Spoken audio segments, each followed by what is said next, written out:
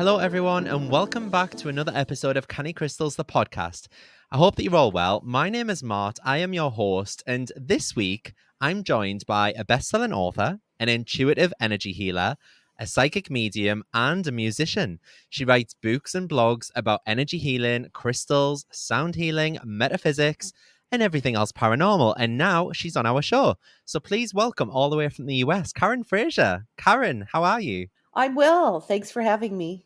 You're very welcome. And I mean, this is the second time. I'll just be really upfront about this. We recorded this episode about a month or two ago, and Karen just sounded like an absolute robot, and we don't know why. So, unfortunately, this is a re recording. So, I hope that I just hope that we get the exact same replica of what we talked about the first time, because it was amazing, the chat that we had. So, just before we get into the conversation, I'd like you to just introduce yourself, Karen. What's your story? Like, how did you get into all of this? How have crystals impacted your life? Take me right back to the start. Sure. The start is honestly my birth, but I'm not going to describe that for you. So I was a very intuitive kid. I was a very sensitive kid. I loved rocks and crystals. I had a box of rocks I kept in my parents' basement. Just anywhere we went, I picked up rocks. So I have always been drawn to them. And also just had a lot of things going on as a kid that I didn't understand until I was in my 40s. Imaginary friends and that type of thing. And so by the time I was 18, an adult, I grew up in the church. And so I grew up really believing that all of the things I do now are not things that are A, possible, or B, acceptable. Yeah. And so it wasn't until I was in my 30s that I had a big reminder from the universe that I was all of these things. And so I had a sore throat that I'd had for months, and it was very severe. And I'd gone to several doctors, and they were like, yo, we don't know what's wrong with you, you know? And so I went to a doctor who was also an energy healer. Because she was a medical doctor, I was hoping my insurance would pay for it, because in the US, that has to be one Yeah. of our concerns, right? And so she laid me down on a table and she put a crystal on my throat, and she was doing some things.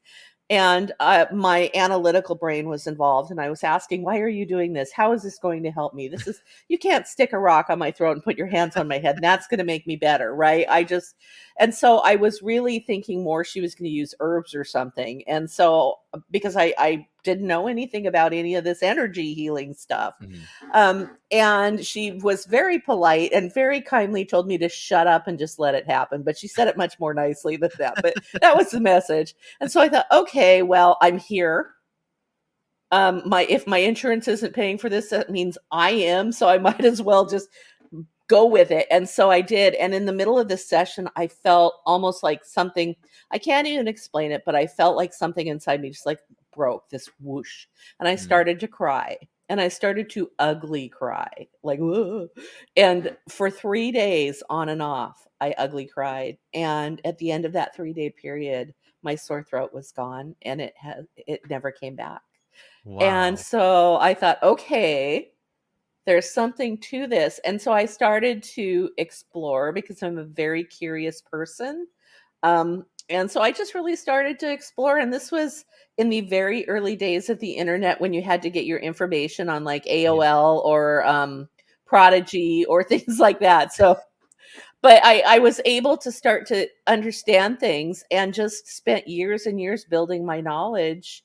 And then when I was in my early 40s, as I had been studying all this, I was writing for a magazine called Paranormal Underground. And I was doing investigating this paranormal place for them. And by the way, I didn't believe in any of that crap. Yeah. So that was kind of where I was. I don't believe in this. This is, and I went to this place called Wellington in up in the North Cascades of Washington State, which is where I live, is in Washington State. And I had experiences that were undeniably experiences with spirits. And I knew things, and I knew things about the people, and I knew their names, and I knew their stories. And these were verifiable, because this was the site of the worst avalanche disaster in the history of the United States. About 100 people died back in 1910. Oh, So wow. I was able to research all of this, and it was right.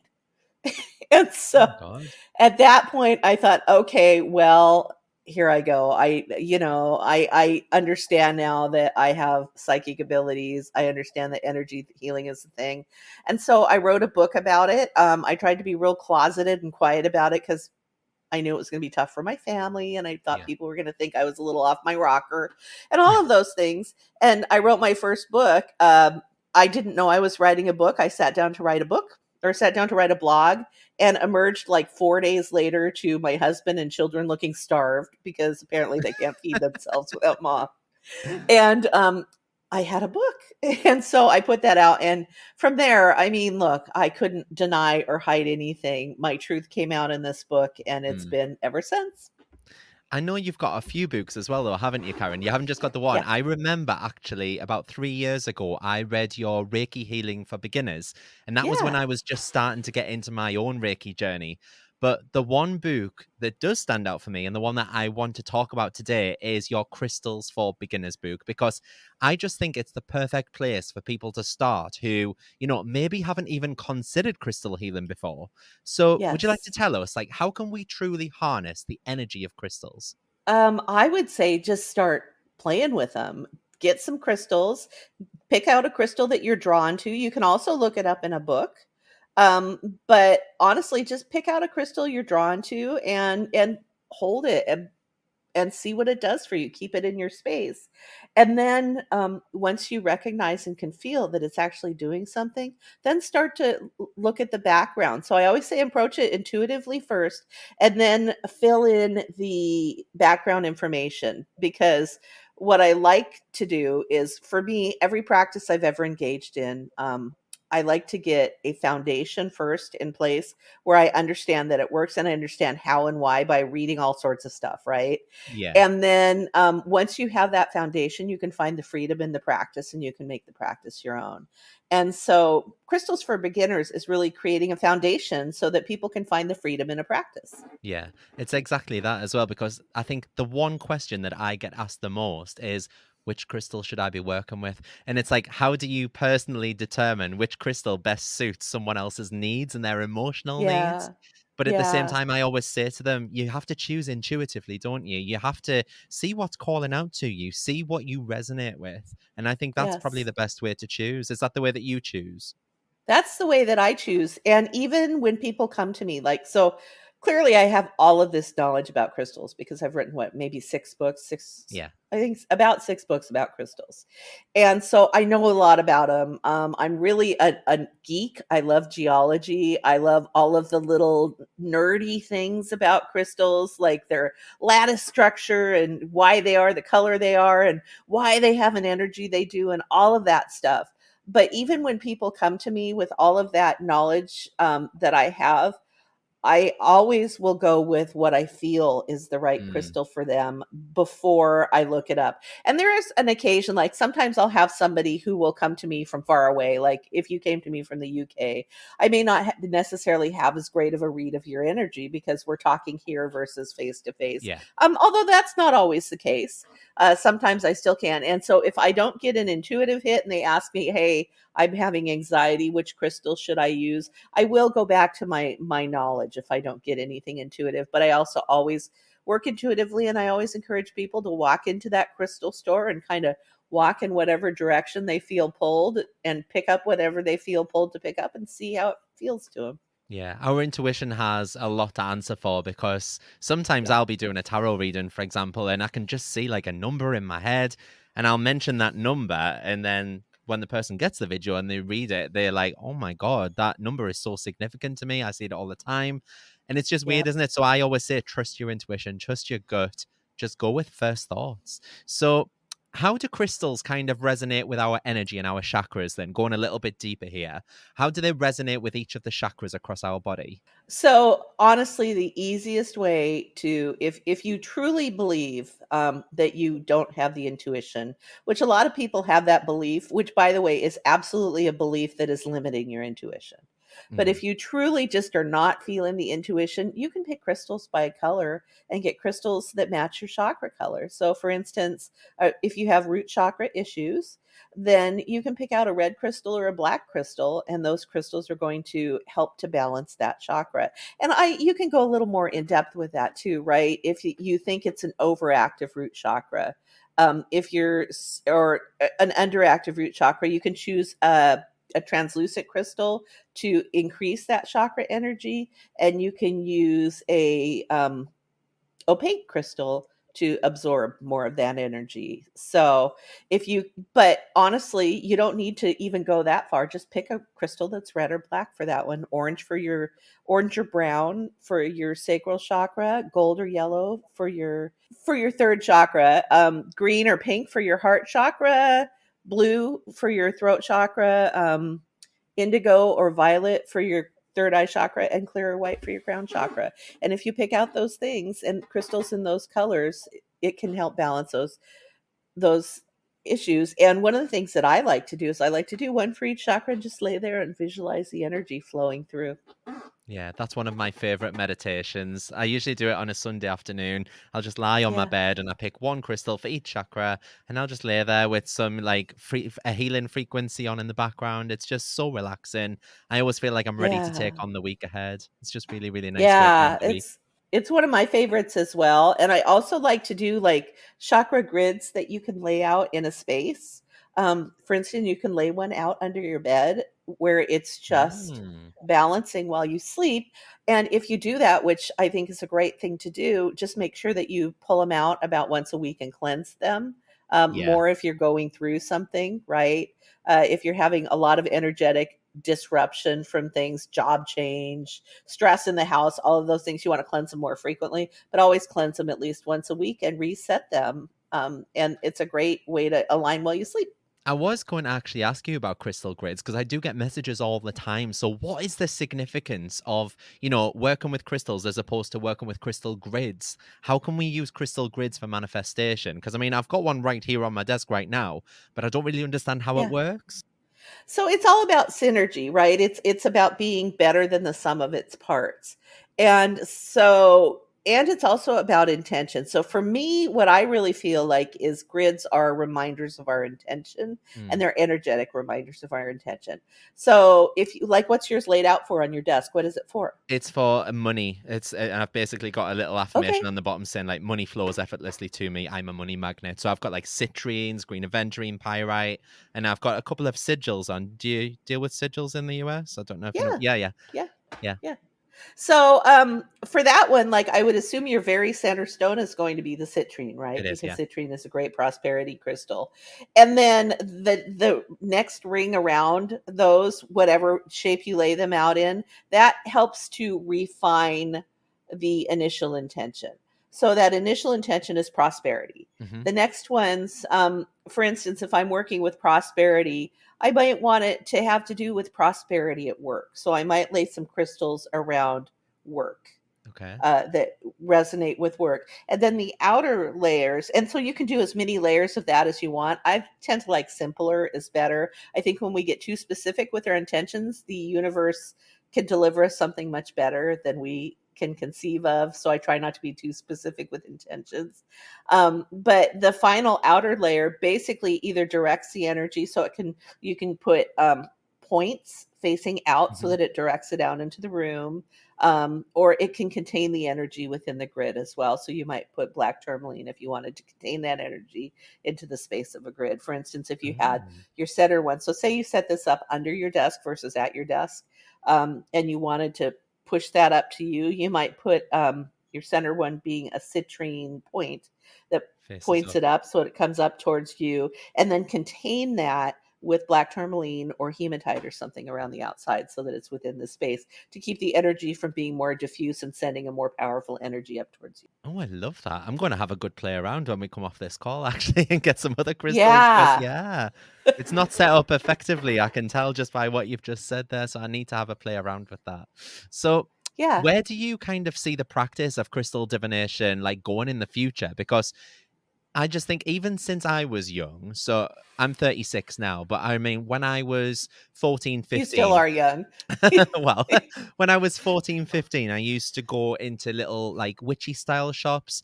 And I would Yeah. like, pick up incense and take a little crystal home with me. And I just used to like think, oh, it's quite magical and stuff. But from there to where crystal divination is now, it's much more like widely accepted and socially acceptable, isn't it? Yes. So where do you see it going in the future? Well, I think this is the future of medicine, not just crystals, but all of the energy healing. I think Mm, that one of the reasons that we're unable to cure so many things is because we're looking at humans as a set of parts. And we always work on the part. So, for instance, if you have throat cancer, everything is focused around that, right? The throat. mhm. And we're not. We're a holistic part of an energetic system. We are the same energy as the trees and the rocks and the stars and all of that. It's all the same stuff. We are strands of energy, and so when we treat things holistically, we ignore all of that energy that we're connected to. Or when we don't treat things holistically, when we treat them based on a part of who you are. And so I think that the missing piece in our healthcare system, that includes our mental health and our physical health and our spiritual health and all of that, is that we are energy and we are part of this huge system, and we need to treat it holistically. And I think that crystals are a great bridge to that, because we as humans, we're very grounded in our physical reality, right? Mm, And we believe our physical reality is absolutely like unovercomable. And yeah, so when we're sick, we take a pill, or we have something cut out of our body, or we wear a splint, right? We do all of these things to heal yeah. things. And that's fine. That's because we only understand our physical reality now. But crystals are a physical thing that we can bring into our space that connects us to something energetically. And I think they are a first step towards more holistic, energetic healing that we do on all planes of all creatures and beings and the planet as a whole. That's such a great explanation because my background is that I used to work in the National Health Service, the NHS over in the UK, and I used to work in mental health. And I think it was around about 2018, 2019. I started working for a recovery college, which was basically helping mental health service users get back on their feet, Yeah. with like finding work and just finding that connectedness, that hope, that identity, that meaning, and basically empowering them to go back out into the world and live a normal life. And one day, one of the tutors basically were doing like a spiritual class, and they brought in a handful of crystals, and I was thinking, oh my god, they're absolute nut jobs. Do you know what I mean? That was my first thought. And I Yep. thought, why are you teaching like mental health service users to carry around a little stone or a rock? And I just thought it was all placebo effect. But Yeah. then in 2019, I lost my granddad, and someone that I met basically gave me some crystals for grieving. And Yeah. my grieving started to get like easier and less like intensive on me. I was still Yeah. obviously grieving, but it didn't hurt as much. So they were some of the signs that, crystals were changing my life. What can we say, like, what are some of the signs that crystals are changing other people's lives in different areas? Is it just that you see a slight improvement, or are people going to jump from A to Z overnight? Like, what's the kind of the signs of change that we can see from using crystals? Well, I mean, it runs the gamut, right? From very, very slight change, like you just feel better about something, or you're able to manage something better. So, Mm, say you have a physical problem, and you're really struggling because that physical problem is keeping you from doing what you want to do, right? Which is what physical yeah, problems do. And you start working with a crystal, and the physical problem is still going to take time to heal because we're human beings with bodies. But you manage that healing better. You manage that frustration better. You find ways to use the time while you're in the middle of this physical healing process. And by the way, I am right now, I was in Sedona, and I partially tore my Achilles tendon just a week Oh ago. dear. And so I am in one of those right now where I need to be doing things, but I can't. And so I'm just Yeah. have to be sitting around, right? Which I really hate. I'm not that person. But it's the management. It's the all of a sudden you use that time for spiritual growth or development or to change your thoughts about the way that your body heals and your beliefs surrounding those things. So it can be something as simple as a change in attitude. It can be a physical change. It can be Mhm. where something that wasn't working for you in your body all of a sudden starts to come back to life and work correctly. And it can be all the way to spontaneous healing. So it's everything on this spectrum from minute physical changes to just understanding and accepting that this is what the universe has delivered me right now and this is where I am and I can either fight it or I can use it pleasantly all the way up to having spontaneous healing. And I have to ask you as well, what are Karen's top 3 crystals? Oh gosh. For me or for beginners? I think let's go for you first, and then we'll talk for beginners as well. What are your top 3 favorites? Morganite, phenakite, Morganite? and Mhm. many of the tektites. Any of the tektites really are kind of the I ones love I'm feeling right tactites. now. So what would you suggest for a beginner or someone that's just wanting to pick up crystal healing for the very, very first time? What are 3 essentials that they should have? Um, Clear quartz is the one that everybody absolutely has to have. Clear quartz is this amazing crystal that is super easy to resonate at any. It's kind of the master healer crystal. So for me, definitely phenakite, and then just things that are super easy, or not phenakite, excuse me, clear quartz. I was thinking about myself again. So clear quartz is the first one. It's this master crystal. I really like smoky quartz. And the reason I like smoky quartz is it takes negative energy and it transmutes it to positive energy. It's plentiful, it's beautiful. So that, and then probably something like citrine that has multiple purposes. And the other thing about citrine is that it's just a really, it's self cleansing, although I cleanse it all the time anyway. And then I'm going to throw in one more, and that is that you want a piece of, oh crap, I forgot the name. Hang on. Gypsum, selenite. Oh, tell them that. Yeah, yeah, Yeah, which is, did you know that selenite is just gypsum? It's just the same stuff that goes in wallboard. yeah, Yeah. A yeah, lot of yeah. people don't know That's a selenite familiar. is drywall, but it's beautiful, right?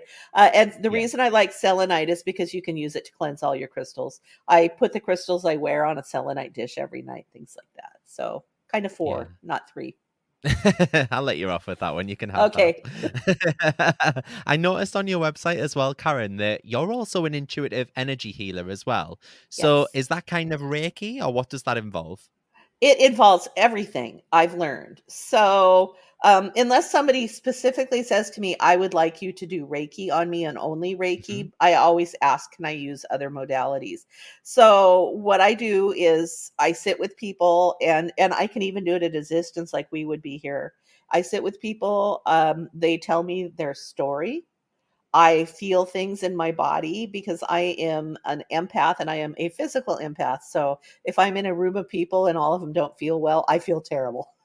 So Yeah. anyway, so I feel in my body where they're having issues and I direct energy to them using either distance Reiki. I may ask them to work with certain crystals, but as I'm doing these things, I'm also asking them questions and having them answer things because I want them to make the link between verbal Yeah. processing of what it is they're experiencing and the energy so that they can start to recognize that they have control of all of it. So I am a big believer in that we are our own placebos. uh, Dr. Joe Dispenza wrote a great book that if people haven't read, I highly recommend. That makes the best case for this I've ever read, which is called You Are the Placebo.